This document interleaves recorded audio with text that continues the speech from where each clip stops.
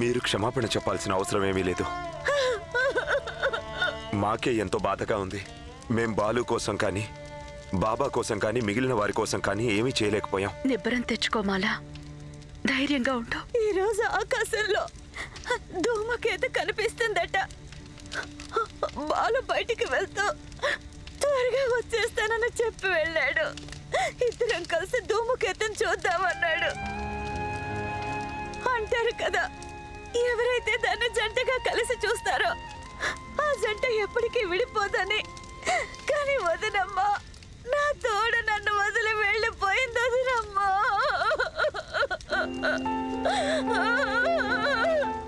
నాతో చెప్పిన మాటలు, కలిసి చూసిన స్వప్నాలు అన్నీ చెల్లా చెదురైపోయాయి. ఏమీ నిజం కాలేదు. మాలా ఏడోకు. నీ బాధను నేను అర్థం చేసుకోగలను, అలాని దాన్ని తీర్చను లేను. కానీ నీకు శక్తినిమ్మని ఆ భగవంతుడిని ప్రార్థిస్తాను. అప్పుడే నువ్వు నీ దుఃఖాన్ని తట్టుకోగలవు. ఆ దేవుడే నిన్ను కాపాడాలి. వదినమ్మా, మీరెంతో మంచివారు. దేవుడు చల్లగా చూసి మీ ఇద్దరి జంట హాయిగా ఉండాలి.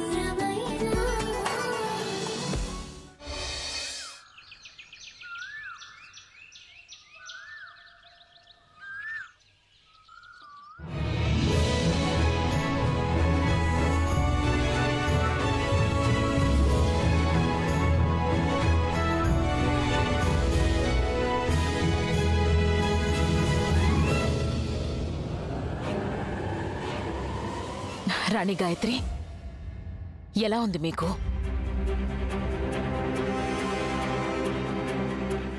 మేము లేనప్పుడు ఇలా జరగడం ఏమిటి? యశోద మాకు జరిగినదంతా చెప్పారు. దురదృష్టం, ఇటువంటి పరిస్థితుల్లో మేం మీ దగ్గర ఉండలేకపోయాం. ఉన్నట్టుండి ఒక సమావేశంలో పాల్గొనడానికి గ్వాలియర్ వెళ్లాల్సొచ్చింది. మేము లేని సమయం చూసి ఎవరో మిమ్మల్ని తుపాకీతో కాల్చారు. గాయం బాగా లోతుగా తగిలిందని విన్నాం.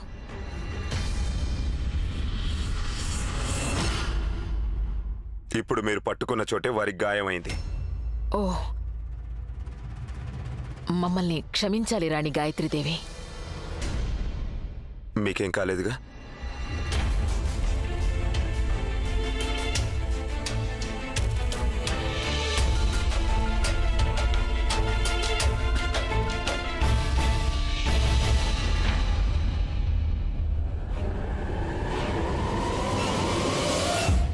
నాలుగైదు రోజులు మనం సుఖంగా హాయిగా ఉన్నాం. అది తెలిసి వాళ్ళు ఓర్వలేకపోయారు. వచ్చేసారు మళ్ళీ మన స్వేచ్ఛను పాడు చేయాలని.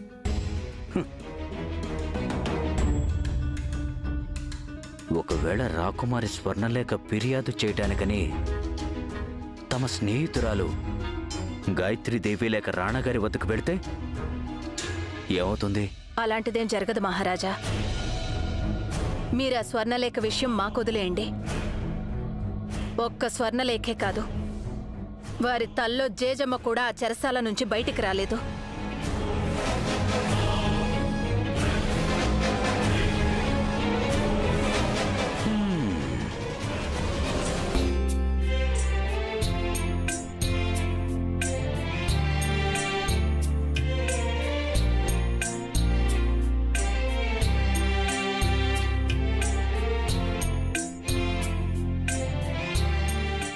రండి.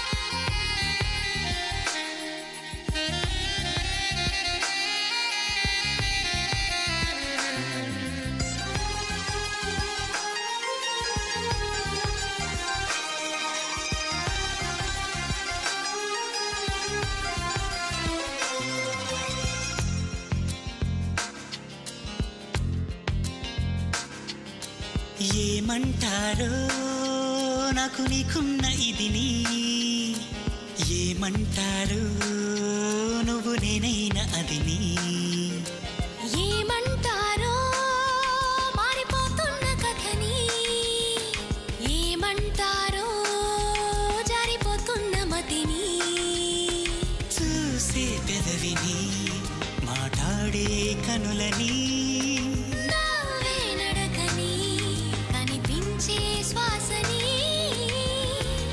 పుచ్చుకున్న మనసుని ఇదా అదా యదా విధా మరి ఏమంటారో నాకు నీకున్న ఇదిని, ఏమంటారో నువ్వు నేనైనా అదిని, ఏమంటారో మారిపోతున్న కథని, ఏమంటారో జారిపోతున్న మతిని.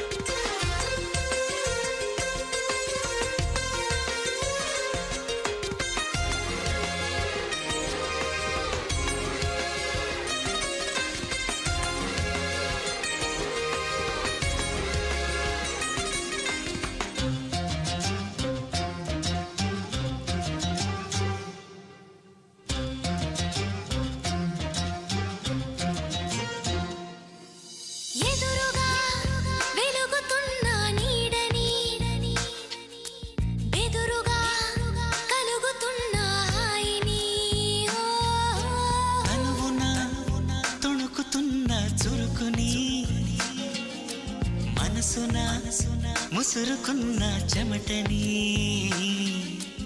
ఇష్ట కష్టాలని ఇప్పుడేమంటారు ఈ మోహమాటాలని మరి ఏమంటారు స్వల్ప భారాలని ఇప్పుడేమంటారు సమీప దూరాలని అసలేమంటారు జారే నింగిని దొరలాంటి దొంగని పాడే కొంగుని పరిమళించే రంగుని పొంగుతున్న సుధా గంగని ఇదాదా అదే ఇదా మరి ఏమంటారో మారిపోతున్న కథని ఏమంటారో జారిపోతున్న మతిని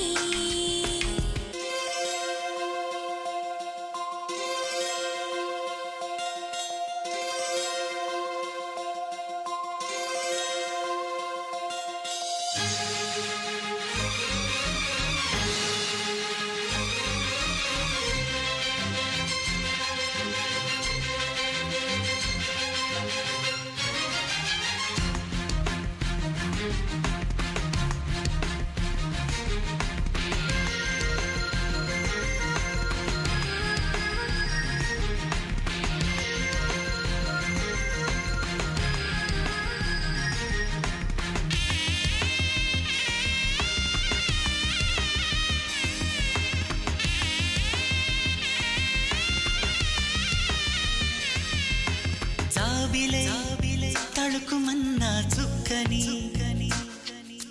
బాధ్యత దొరుకుతున్న హక్కుని హే హే దేవుడై ఎదుగుతున్న భక్తుని సూత్రమై బిరియనున్న సాక్షిని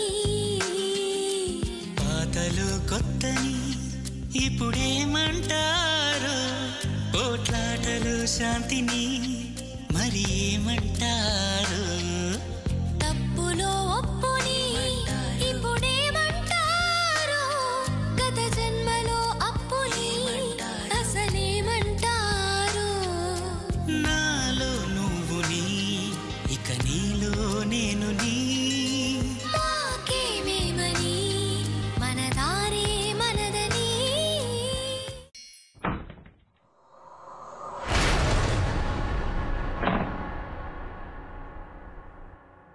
రాకుమారి గారు,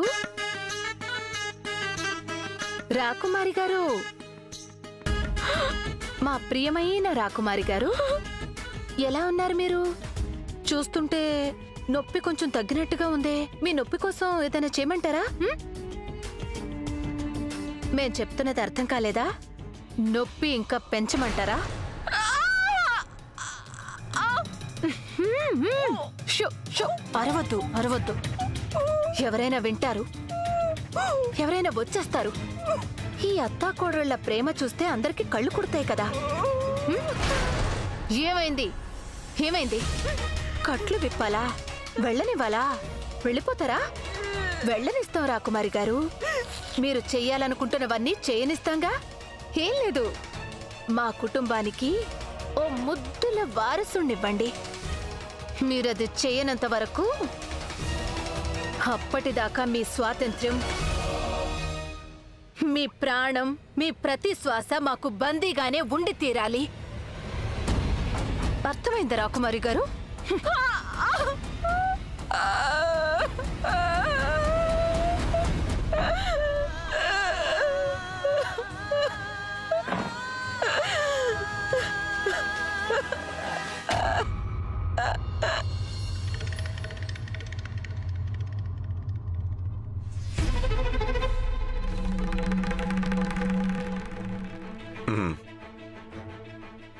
ఓకే, మా రాణి గారికి ఆరోగ్యం కోలుకునే వరకు మీరు వారికి ఇలాంటి సాత్విక ఆహారమే ఇవ్వండి. సాత్విక ఆహారమా?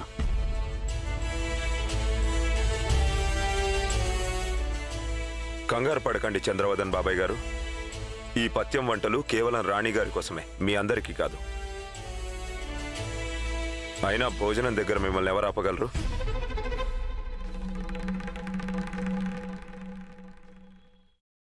మహారాజా, కోర్ట్ కిలా అన్నది మా పేరు కదా. కానీ ఆటకి ముగింపు రాణిగారు రాస్తున్నారేంటి? మీరు చూస్తున్నారుగా, వారం రోజుల క్రితమే ఈ భోజనాల దగ్గరే రాణాగారు రాణి గాయత్రిని నయవంచకి అన్నారు. ఎంత పరాభవం చేశారు వారిని. కానీ ఈరోజు భార్యకు పథ్యం వంటలు తయారు చేస్తున్నారు.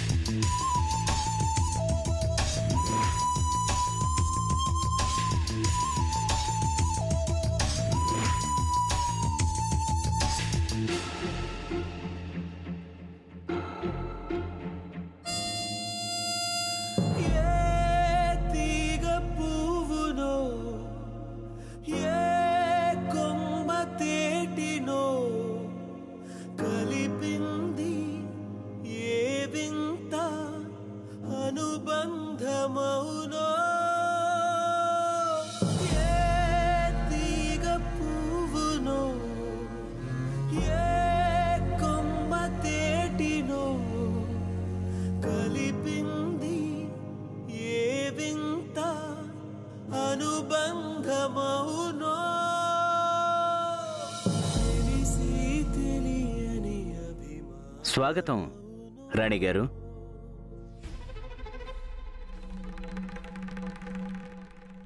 చిన్నరాణి గారు, రాకుమారి గారు ఎక్కడున్నారు?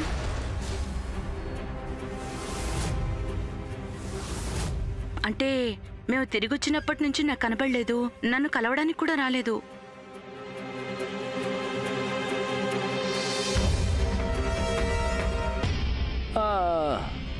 రాజకుమారి స్వర్ణలేఖ గారి ఒంట్లో కొంచెం బాలేదు రాణిగారు. అవును. వారికి ఒంట్లో బాలేదా? నేను ఇప్పుడే వారిని చూసొస్తాను. వద్దు.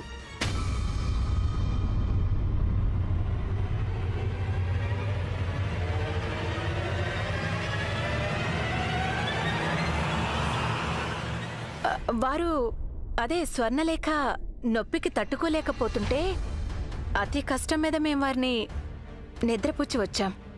ఇప్పుడు మీరు అక్కడికి వెళ్ళారంటే వారికి నిద్ర పాడవుతుంది. మీరు ఇప్పుడు వెళ్ళొద్దు.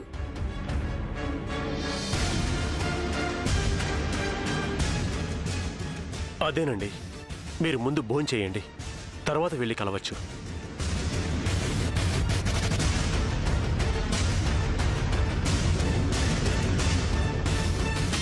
యశోదా, చిత్తం రాజమాత. నవరాత్రులు వస్తున్నాయి. ఈ ఇంట్లో రాణి గాయత్రీదేవి గారికి ఇది మొదటి నవరాత్రి. ఈసారి సంబరాలు ఎప్పటికంటే బాగా జరగాలి. యశోదా, మీరొక పని చేయండి. చెరసాల తెరిపించండి.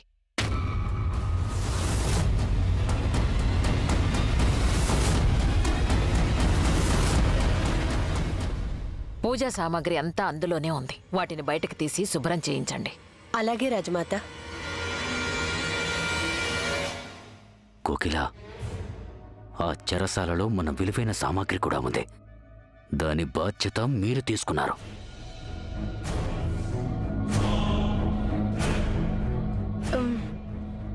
అదే మేము స్వర్ణలేఖ ఎలా ఉందో చూసొస్తాం.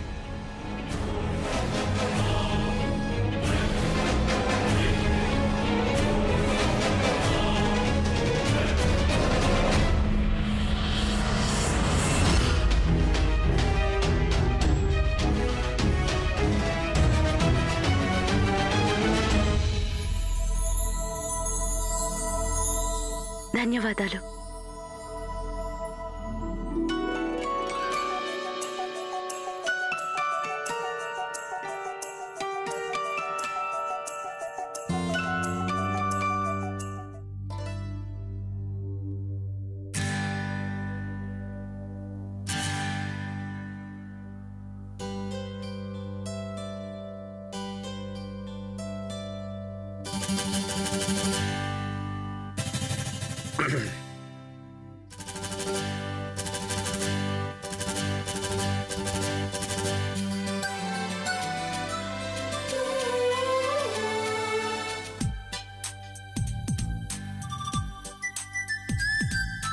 నువ్వే నాకు ప్రాణం,